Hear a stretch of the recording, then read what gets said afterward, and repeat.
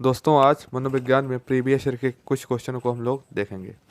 तो पहला प्रश्न है आज का हमारा, किसने बहुविमात्मक प्रज्ञा का प्रत्यय दिया। दोस्तों इस प्रश्न का सही जवाब है हमारा गार्डन। क्या है? गार्डन। यह प्रश्न 2020 यूपी टेट में आया हुआ है। इसके बाद अगला प्रश्न हमारा है दूसरा नंबर, डिसलेक्सिया में यह करने में कठिनाई होती, यानी यह विकल्प दिए हैं, इनमें से क्या करने में डिसलेक्सिया में कठिनाई होती है। इसका पहला प्रश्न जवाब है हमारा पढ़ने बर्तनी में, बी विकल्प है व्यक्त करने में, सी विकल्प है खड़े होने में, डी विकल्प है बोलने में।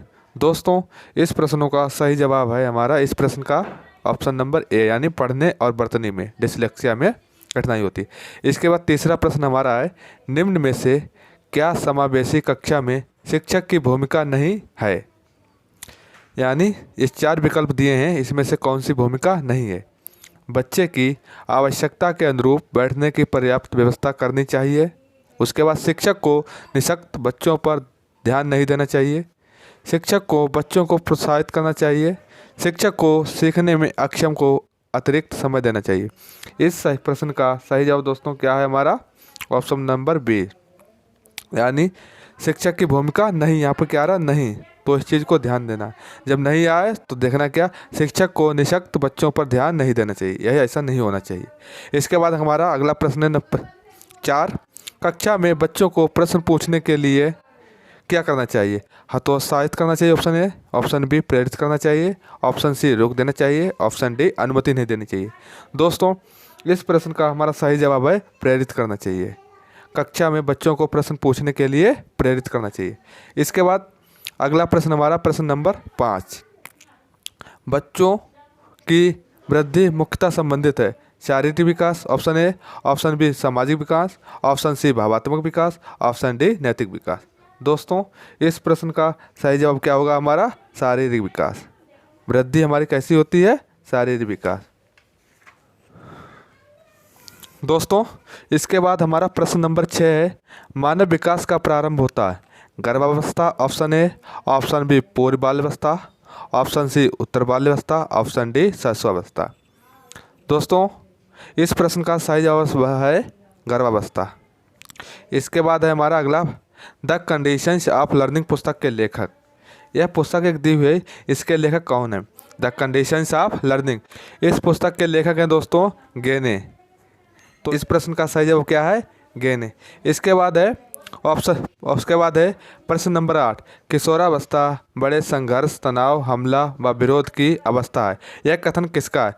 ऑप्शन ए जरसील्ड का, ऑप्शन बी स्टेनहॉल का, ऑप्शन सी सिम्पसन का, option D Crow and crow का। दोस्तों इस प्रश्न का सही जवाब क्या होगा हमारा स्टेनहॉल। स्टेल ने यह कथन कहा था, किशोरावस्था बड़े संघर्ष तनाव हमला व विरोध की अवस्था है। दोस्तों अगला प्रश्न हमारा है, सूक्ष्म शिक्षण के भारतीय प्रतिमान में कुल कितना समय लगता है? ठीक है, इसका हमारा जवाब है option A 36 minute, option B 40 minute, option C 45 minute, option D 30 minute. इस प्रश्न का सही जवाब दोस्तों क्या होगा? Option A 36 minute. इसके बाद हमारा अगला प्रश्न है, सीखने का पठार सीखने की प्रक्रिया के मुख्य अभिलक्षण हैं जो उस स्थिति को प्रकट करते हैं जिसमें सीखने की प्रक्रिया में कोई उन्नति नहीं होती है, यह कथन किसका है? ऑप्शन ए गेट्स व अन्य का, ऑप्शन बी हेलिंगवर्थ का, ऑप्शन सी ग्रॉस का, ऑप्शन डी स्किनर का। दोस्तों इस प्रश्न का सही जवाब है हमारा ऑप्शन सी रॉस। ठीक है, इसके बाद देखेंगे और प्रश्नों को। दोस्तों 11वां प्रश्न हमारा है, यदि शिक्षक कक्षा में एक छात्र को समस्यात्मक बालक के रूप में पाता है तो उसे क्या करेगा? बच्चे को दंड देना चाहिए, बच्चे को नज़रअंदाज करना चाहिए, बच्चे को परामर्श देना चाहिए, तत्काल घर वापस भेज देना चाहिए। इस प्रश्न का दोस्तों सही जवाब होगा हमारा बच्चे को परामर्श देना चाहिए। ठीक है, इसके बाद हमारा अगला प्रश्न है, पाठ्य सहगामी क्रियाएं मुख्यतः संबंधित होती हैं शैक्षिक संस्थानों के विकास से, छात्रों के सर्वांगीण विकास से, छात्रों के वृत्तिक विकास से, छात्रों के मानसिक विकास से। इस प्रश्न का दोस्तों सही जवाब होगा छात्रों के सर्वांगीण विकास से। इसके बाद अगला प्रश्न हमारा है, निम्न में से किसने अधिगम सिद्धांत का प्रतिपादन नहीं किया है। यानी अधिगम का सिद्धांत है जो, उसका प्रतिपादन नहीं किया। कोहलर ने, स्किनर ने, B.S. ब्लूम ने या थॉर्नडाइक ने। दोस्तों इस प्रश्न का सही जवाब है हमारा B.S. ब्लूम ने। इसके बाद हमारा अगला प्रश्न है, शिक्षा में अवरोधन का तात्पर्य है बालक का विद्यालय में प्रवेश न लेना, बालक का विद्यालय न जाना, बालक द्वारा विद्यालय छोड़ देना, किसी बालक का एक वर्ष से अधिक समय तक एक ही कक्षा में रहना। यानी बच्चे का अवरोधन में क्या तात्पर्य। तो इस प्रश्न का सही जवाब होगा दोस्तों हमारा क्या, ऑप्शन नंबर डी, किसी बालक का एक वर्ष से अधिक समय तक एक ही कक्षा में रहना। इसके बाद हमारा अगला प्रश्न है दोस्तों, निम्न में से किस कौशल में पूर्व ज्ञान का परीक्षण आता है। ऑप्शन ए उद्दीपन परिवर्तन कौशल, ऑप्शन बी प्रस्तावना कौशल, ऑप्शन सी समापन कौशल, ऑप्शन डी प्रदर्शन कौशल। तो दोस्तों इस प्रश्न का सही जवाब है हमारा ऑप्शन नंबर बी, प्रस्तावना कौशल। दोस्तों इसके बाद हमारा 16वां प्रश्न है, स्टैनफोर्ड विनय परीक्षण मापन करता है। स्टैनफोर्ड विनय परीक्षण होता है वो क्या मापन करता है, व्यक्तित्व का मापन, पढ़ने की दक्षता का कौशल, या बुद्धि का मापन करता है, या आयु, उपयुक्त में से कोई नहीं। किसका मापन करता है दोस्तों। तो इस प्रश्न का सही जवाब है हमारा बुद्धि का मापन कौन करता है, स्टैनफोर्ड विनय परीक्षण मापन। विकास कभी न समाप्त होने वाली प्रक्रिया है। यह कथन विकास के किस सिद्धांत से संबंधित है। अंतःक्रिया का सिद्धांत से संबंधित है, एकीकरण का सिद्धांत से संबंधित है, अंतः संबंध का सिद्धांत से संबंधित है, या निरंतरता के संबंध से संबंधित है। दोस्तों इस प्रश्न का सही जवाब क्या होगा दोस्तों, बताइए आप लोग। दोस्तों इस प्रश्न का सही जवाब होगा हमारा निरंतरता का सिद्धांत, ऑप्शन नंबर डी, निरंतरता का सिद्धांत से संबंधित है। विकास कभी ना समाप्त होने वाली प्रक्रिया है, यह निरंतर चलता रहता है। इसके बाद प्रश्न नंबर 18 है, संविधान के किन संशोधन से शिक्षा का एक मौलिक अधिकार बन गया। शिक्षा एक मौलिक अधिकार बना किस संविधान संशोधन से। दोस्तों इसका ऑप्शन है, ऑप्शन नंबर है 86वें संविधान संशोधन, ऑप्शन बी 25वें संविधान संशोधन, ऑप्शन सी 52वें संविधान संशोधन, ऑप्शन डी 22वें संविधान संशोधन। इस प्रश्न का दोस्तों सही जवाब क्या होगा हमारा, इस प्रश्न का सही जवाब है ऑप्शन नंबर ए 86वें संविधान संशोधन। उसके बाद अगला प्रश्न हमारा, अभिप्रेरणा के मूल प्रवृत्ति के सिद्धांत का प्रतिपादक थे कौन थे। मैकडूगल थे, option A, option B Abraham Maslow, option C Simpson, option D William James. तो इस प्रश्न का सही जवाब क्या होगा, मैकडूगल, ऑप्शन नंबर ए। इसके बाद अगला प्रश्न हमारा है, विकास की किस अवस्था को कोल तथा ब्रूम ने संवेगात्मक विकास का अनोखा काल कहा। शैशवावस्था को, बाल्यावस्था को, प्रौढ़ावस्था को, किशोरावस्था को। तो दोस्तों इस प्रश्न का सही जवाब होगा हमारा ऑप्शन नंबर बी, बाल्यावस्था। ठीक है दोस्तों अगला प्रश्न हमारा है, व्यवहार के कारण व्यवहार में परिवर्तन ही अधिगम है, यह कथन किसका है।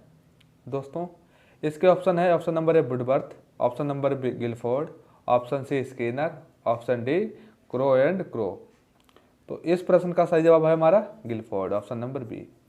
अगला प्रश्न है, अधिगम, अनुभव और प्रशिक्षण के परिणाम स्वरूप व्यवहार में परिवर्तन है, यह कथन किनके द्वारा दिया गया। गेट्स व अन्य के द्वारा, मॉर्गन और गिलीलैंड के द्वारा, स्किनर के द्वारा, या क्रॉनबैक के द्वारा। इस प्रश्न का सही जवाब है गेट्स व अन्य। इसके बाद हमारा अगला प्रश्न है, अगला प्रश्न है प्रश्न नंबर 23, समस्या समाधान का प्रथम चरण है आंकड़ा संग्रहण, दोस्तों अगला प्रश्न हमारा प्रश्न नंबर 23, समस्या समाधान का प्रथम चरण है आंकड़ा संग्रहण option number A, option B समस्या की पहचान, ऑप्शन सी परिकल्पना का परीक्षण, ऑप्शन डी परिकल्पना का निर्माण। तो इस प्रश्न का सही जवाब है हमारा ऑप्शन नंबर बी, समस्या की पहचान। जब तक हमें समस्या की पहचान नहीं होगी तब तक समस्या का समाधान कैसे कर पाएंगे। इसके बाद प्रश्न नंबर 24 है, बालकों का अधिगम सर्वाधिक प्रभावशाली होगा जब पढ़ने लिखने एवं गणितीय कुशलताओं पर ही बल होगा। ऑप्शन बी बालकों का संज्ञानात्मक, भावात्मक तथा मनोचालक पक्षों का विकास होगा। शिक्षण व्यवस्था एकाधिकारवादी होगी। ऑप्शन डी शिक्षक अधिगम प्रक्रिया में आगे होकर बालकों को निष्क्रिय रखेगा। दोस्तों इस प्रश्न का सही जवाब होगा हमारा ऑप्शन नंबर बी, बालकों का संज्ञानात्मक, भावात्मक तथा मनोचालक पक्षों का विकास होगा। इसके बाद अगला प्रश्न हमारा है, स्मृति स्तर एवं बोध स्तर के शिक्षण प्रतिमान की संरचना में कौन सा सोपान उभयनिष्ठ है। ऑप्शन नंबर ए सामान्यीकरण, ऑप्शन नंबर बी अन्वेषण, ऑप्शन सी प्रस्तुतिकरण, ऑप्शन डी तैयारी। इस प्रश्न का सही जवाब है हमारा ऑप्शन नंबर सी प्रस्तुतिकरण। अगला प्रश्न हमारा है, निम्न में से किस सिद्धांत को पुनर्बलन का सिद्धांत भी कहते हैं। ऑप्शन ए शास्त्रीय अनुबंधन का सिद्धांत उसे कहते हैं, ऑप्शन बी उद्दीपक अनुक्रिया का सिद्धांत, ऑप्शन सी सूझ का सिद्धांत, ऑप्शन डी क्रिया प्रसूत अनुबंधन का सिद्धांत। दोस्तों इस प्रश्न का सही जवाब है हमारा ऑप्शन नंबर डी, क्रिया प्रसूत अनुबंधन का सिद्धांत को पुनर्बलन का सिद्धांत भी कहा जाता है। इसके बाद अगला प्रश्न है, कौन सी अवस्था ब्रूनर के संज्ञानात्मक विकास सिद्धांत का अंग नहीं है। इस प्रश्न का सही जवाब क्या होगा दोस्तों, आंत प्रज्ञावस्था, प्रतिबिंबात्मक अवस्था, ऑप्शन सी संकेतात्मक अवस्था, ऑप्शन डी क्रियात्मक अवस्था। इस प्रश्न का हमारा सही जवाब क्या होगा दोस्तों, ऑप्शन नंबर ए आंत प्रज्ञ अवस्था। इसके बाद अगला प्रश्न है हमारा, मॉरिसन ने बोध स्तर के शिक्षण प्रतिमान में 5 पदों का वर्णन किया है। वे हैं प्रस्तुतिकरण, खोज, संगठन व्यवस्था, आत्मीकरण, वाचन, अभिव्यक्तिकरण। यानी इनको क्रम से हमें लगाना है। इनका सही क्रम क्या होगा, पहले आएगा डी, यानी डी वाला कौन सा हमारा जी आत्मीकरण। फिलहाल इस प्रश्न का सही जवाब है दोस्तों ऑप्शन नंबर बी, यानी पहले आएगा बी कौन सा, खोज। पहले क्या होगा, खोज। ठीक है, उसके बाद ऑप्शन ए प्रस्तुतिकरण। ठीक है, उसके बाद डी क्या है हमारा, आत्मीकरण। फिर है ऑप्शन नंबर सी क्या, संगठन। फिर है ऑप्शन नंबर ई क्या है, वाचन। यह क्रम बनेगा। इसके बाद अगला प्रश्न हमारा है, निम्न में से कौन सा संज्ञानात्मक क्षेत्र से संबंधित नहीं है। अनुमूलन, अनुप्रयोग, बोध, ज्ञान। तो इस प्रश्न का सही जवाब क्या होगा, अनुमूलन। अनुमूलन हमारा संज्ञानात्मक क्षेत्र से संबंधित नहीं है। इसके बाद अगला प्रश्न हमारा, निम्न में से कौन सा अधिगम का वक्र नहीं है। नतोदर, मिश्रित, लंबवत, उन्तोदर। इनमें से कौन सा नहीं है दोस्तों। इसका प्रश्न का सही जवाब है ऑप्शन नंबर सी लंबवत। लंबवत है वो अधिगम का वक्र नहीं हो।